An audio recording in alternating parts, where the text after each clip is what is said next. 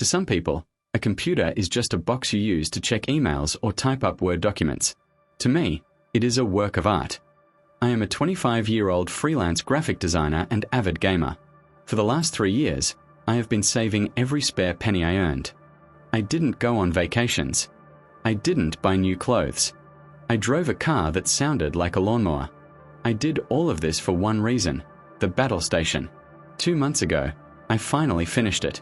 It was magnificent. I built it myself, component by component. It had an RTX 4090 graphics card, a top-tier processor, and 64 gigabytes of RAM. But the pièce de résistance was the custom hardline water cooling loop. I spent 40 hours bending those tubes by hand, filling them with an opaque purple coolant that glowed under the UV lights.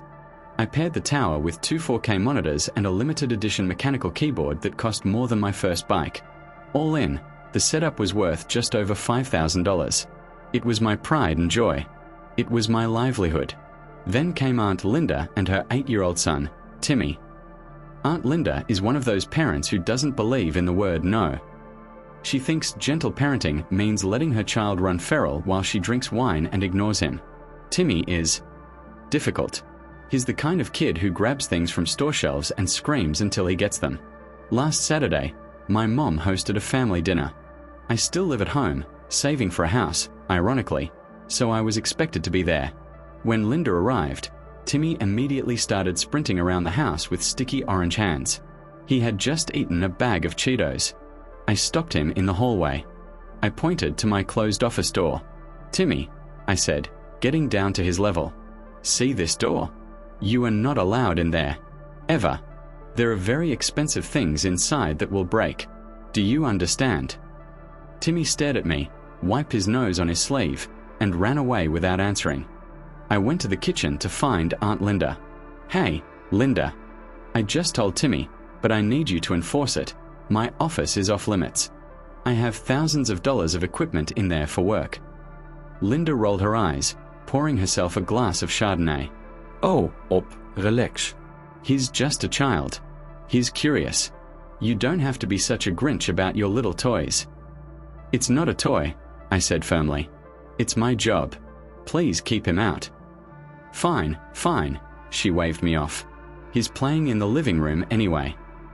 I felt uneasy, but I went back to my room and actually locked the door from the inside while I did a quick file export. About 20 minutes later, nature called. I unlocked my door, stepped out, and checked the hallway. It was clear. I could hear Timmy yelling at the TV in the living room. Safe. I went to the bathroom. I was in there for maybe 3 minutes.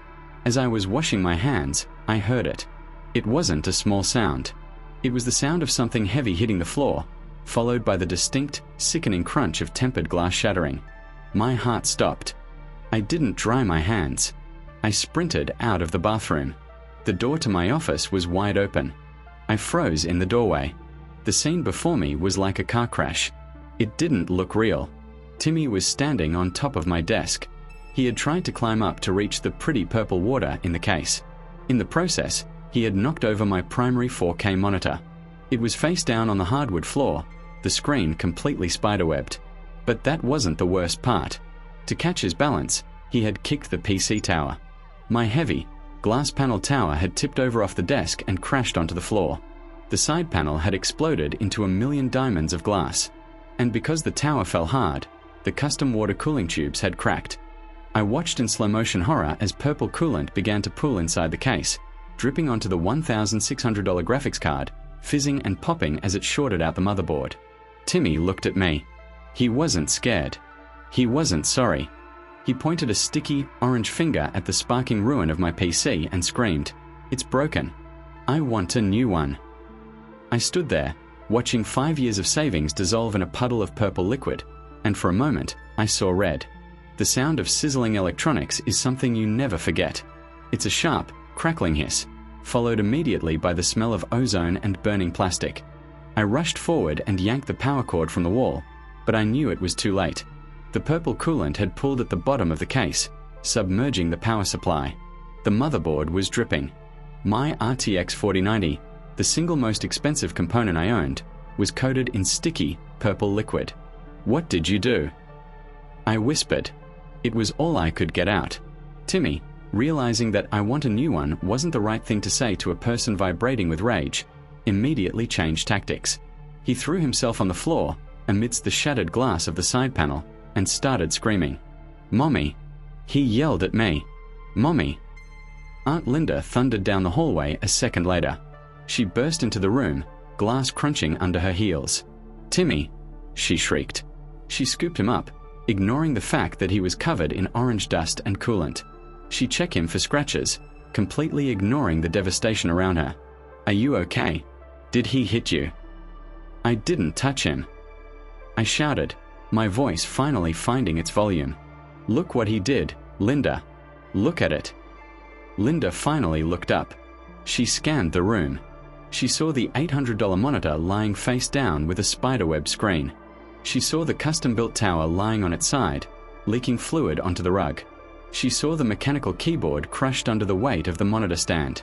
She didn't look horrified. She looked annoyed. "Oh, honestly, OP," she huffed, adjusting Timmy on her hip. "It's just a mess. We can clean it up. You don't have to scream at a child. He was just trying to play." "Play?" I pointed at the tower. He climbed my desk and kicked my PC over. "That isn't a mess, Linda. That is total destruction. The liquid shorted out the electronics. It's dead. All of it. It was an accident." Linda snapped. "He didn't mean to break it. He's 8 years old. He doesn't know any better. He knows what no means." I yelled. "I told him to stay out. I told you to keep him out." "Well, you shouldn't have left the door unlocked if you have such dangerous things in here," she countered, shifting the blame effortlessly. "He could have cut himself on this glass. You're lucky I don't sue you for endangering my child." Ich zerrte her. My brain felt like it was short-circuiting just like my PC. "You want to sue me? Linda, he destroyed my workstation. That is my livelihood." I pulled out my phone and quickly opened the calculator app. I started listing things off. Graphics card, $1,600. Processor, $600. Motherboard, $500. Water cooling loop, $800. Monitor, $800. RAM, storage, power supply. Linda, this is over $5,000 in damage. I turned the phone screen toward her. "I expect you to pay for it." Linda looked at the number on the screen. Then she threw her head back and laughed. It was a loud, cackling, condescending laugh that made my blood boil. $5,000, she scoffed. "For a computer? OP, do you think I'm stupid? You can buy a computer at Best Buy for $300. I'm not paying you $5,000 for some toys. These aren't toys." I shouted. "It's a high-performance workstation. I built it myself." "Well, then you got ripped off," she sneered. "And you need to grow up. You're 25 years old and you're crying over video games. Maybe if you spent less time playing games and more time in the real world, you'd realize that family is more important than things." She turned to walk out. "Come on, Timmy. Let's go. Your cousin is being a baby." "If you walk out that door without paying me," I said, my voice shaking, "I am calling the police. This is destruction of property." Linda stopped in the doorway. She turned around, her face cold. "Go ahead. Call them. Tell them a little boy accidentally knocked over your toy. See who they believe. I'm family. OP. You don't sue family." She stormed out, leaving me standing in a puddle of purple coolant and broken dreams. I looked at the wreckage. I looked at the door. And I realized that family or not, she had just declared war. I didn't sleep that night. Not because I was sad, but because I was cataloging. While Aunt Linda drove home, probably complaining about how sensitive I was taking 4K video of the crime scene. I photographed the serial numbers. I pulled every digital receipt from Newegg, Amazon, and Micro Center. I printed out the text messages where I explicitly told Linda, before she arrived, that the office was off limits. My mom tried to intervene. "OP, just let it go," she pleaded. "She's your aunt.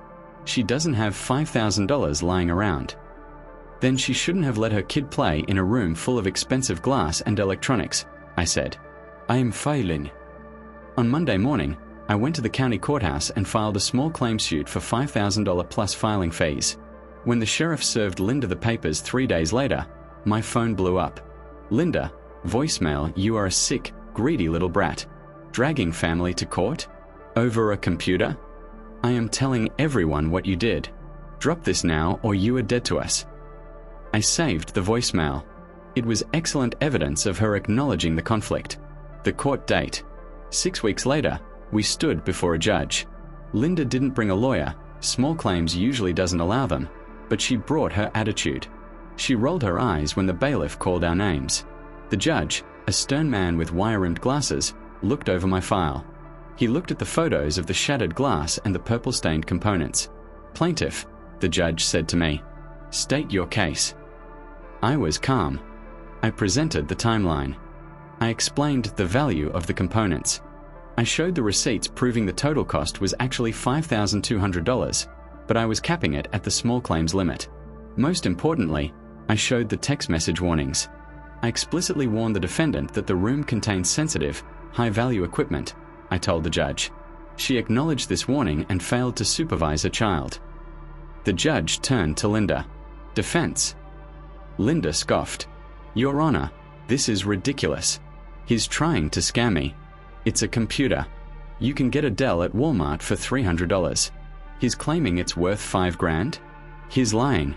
Also, Timmy is 8. It was an accident. You can't sue a child. The judge stared at her. Are you a computer engineer? No, Linda said. But then your opinion on the value of the hardware is irrelevant. The plaintiff has provided itemized receipts dated within the last 3 months. The judge held up a photo of the destroyed graphics card. This component alone is listed at $1,600. That is more than my first car cost. But the market dictates the price, not you. But it's a toy. Linda shouted. He plays games on it. People play golf with clubs that cost thousands, the judge countered. If I snap a pro golfer's driver, I owe him for the driver, not for a stick I found in the woods. The judge leaned forward. Furthermore, parents are liable for the willful misconduct of their minor children. You were warned. You ignored the warning. Your negligence caused the damage. Linda went pale. I don't have that kind of money. Then I suggest you work out a payment plan, the judge said. The verdict. Judgment for the plaintiff in the amount of $5,000, plus $120 in court costs. Linda stormed out of the courtroom, muttering curses. I walked out feeling 10 pounds lighter. The aftermath. Collecting the money was the hard part, but the judgment gave me power. I filed for a garnishment of her wages. It turns out, she didn't want her employer knowing she was being garnished for property destruction, so she magically found the money. She had to sell her own car, a flashy SUV she couldn't really afford anyway, to pay me off. I received the cashier's check 2 weeks later. I didn't just rebuild the PC. I upgraded it. I bought a better case, tougher tubing, and an even faster processor. I posted a picture of the new BattleStation 2.0 on Facebook with the caption, "Built with patience, paid for by justice." Aunt Linda blocked me. My mom is still disappointed that I caused family drama, but she knows better than to ask me to host dinner anymore. And Timmy? I heard he's not allowed at anyone's house these days. I sit in my office now, the purple coolant glowing softly in the dark, and I realize something important. Family is great, but a 4090 with 64 gigabytes of RAM that you paid for? That's true love. And nobody, not even an entitled aunt, gets to break it for free.